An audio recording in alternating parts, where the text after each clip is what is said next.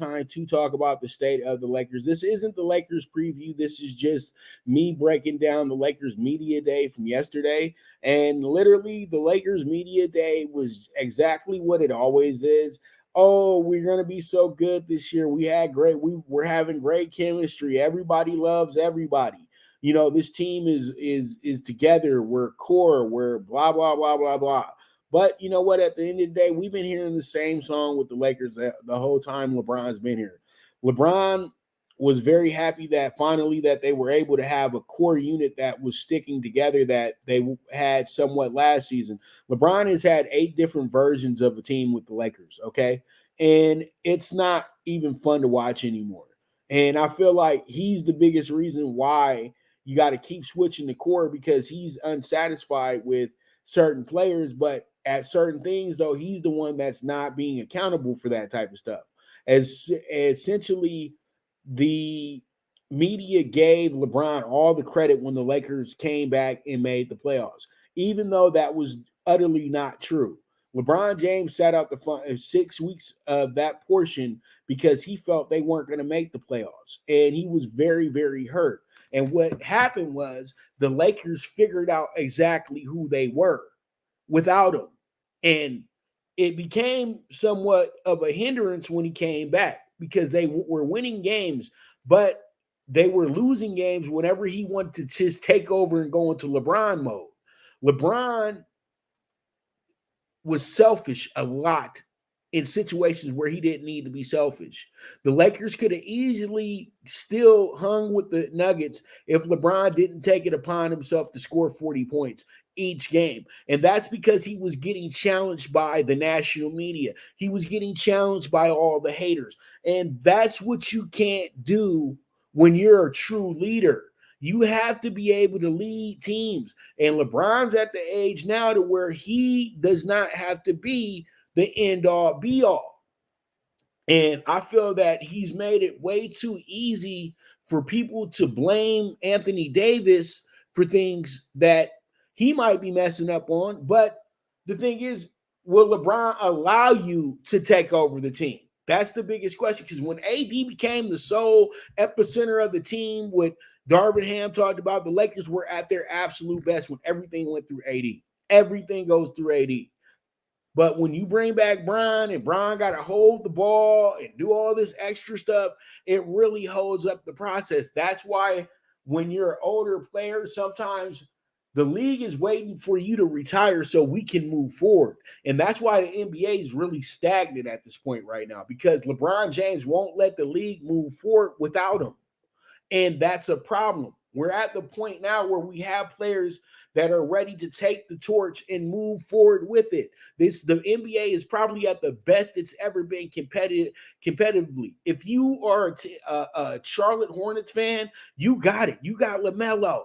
If you're a Wolves fan, you got Ant. You know what I mean? Think about the stars that are playing on all these bad teams. These teams that were considered, small market. They got all the stars and they're being held up because we have to keep appeasing to a guy who's in his 21st season. That is not correct. That's not how it works in the NBA. The Lakers should not be considered a championship favorite because they don't have a championship roster. It's that simple. And this is coming from a Laker lifer, bro. I'm not a Laker hater. Y'all know that. But I'm not going to be Homer Simpson about this either.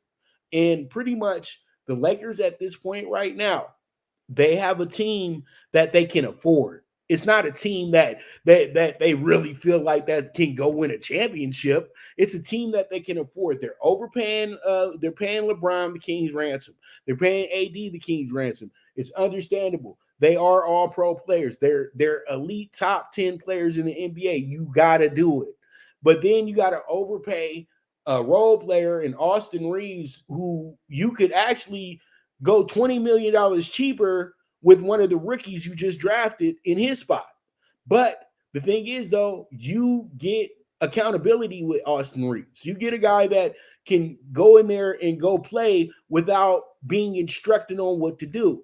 That's why he's still here. You got Rule, a guy who is not just a good player. He's a guy that's able to bring international presence to the Lakers in a big way because he has the Japanese market and things of that nature.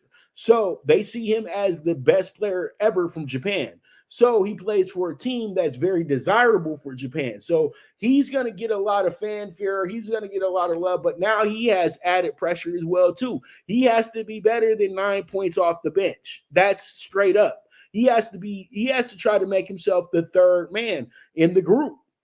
You know what I mean? And then you resign back D'Angelo Russell. D'Angelo Russell has become an NBA nomad. He's a guy that is very interchangeable. He's a guy that is seen as a moving asset. That's exactly what D'Angelo Russell is. But D'Angelo Russell is at the point right now where he wants to be settled. He's back where he wanted to always be, back in LA where he started at, and he feels pretty comfortable. He's trying to do everything right to stay with this team. He even accepted lesser money to stay here.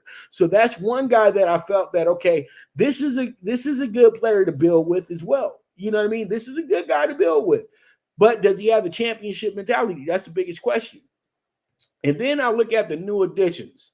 I say to myself, Gabe Vincent, pretty much your downgrade from what we had with Dennis Schroeder. Dennis Schroeder plays great defense. Dennis Schroeder's a clutch player. Dennis Schroeder is a guy who we know will play his hardest until the very end of the game. Gabe Vincent was a player that was able to take advantage of a great run with a great player in Jimmy Butler. And he looked really good, but was he a starter all season? No, he was not. He was a fill-in because Tyler Hero got hurt. And he was good. He's a good little scrappy player, but he's a G League player. Let's keep it real. Miami is just like the Lakers. You spend a lot of money up at the top, so you got to be cheap on the back end. And he's just like Austin Reeves. It's where you just were a cheap pickup. You were cheap labor, and you played out your worth. You played up to a certain level, but that doesn't put you on the level of being one of the top end role players in the league.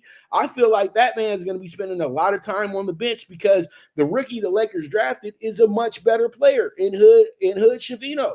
Seriously. And the kid Maxwell, he could be something special as well too if he gets a little bit of playing time, but he's going to be a G League guy. So you have to put that in the for instance. Then you have Taurean Prince. Taurean Prince, dude, is literally like, how many teams has Taurean Prince played on?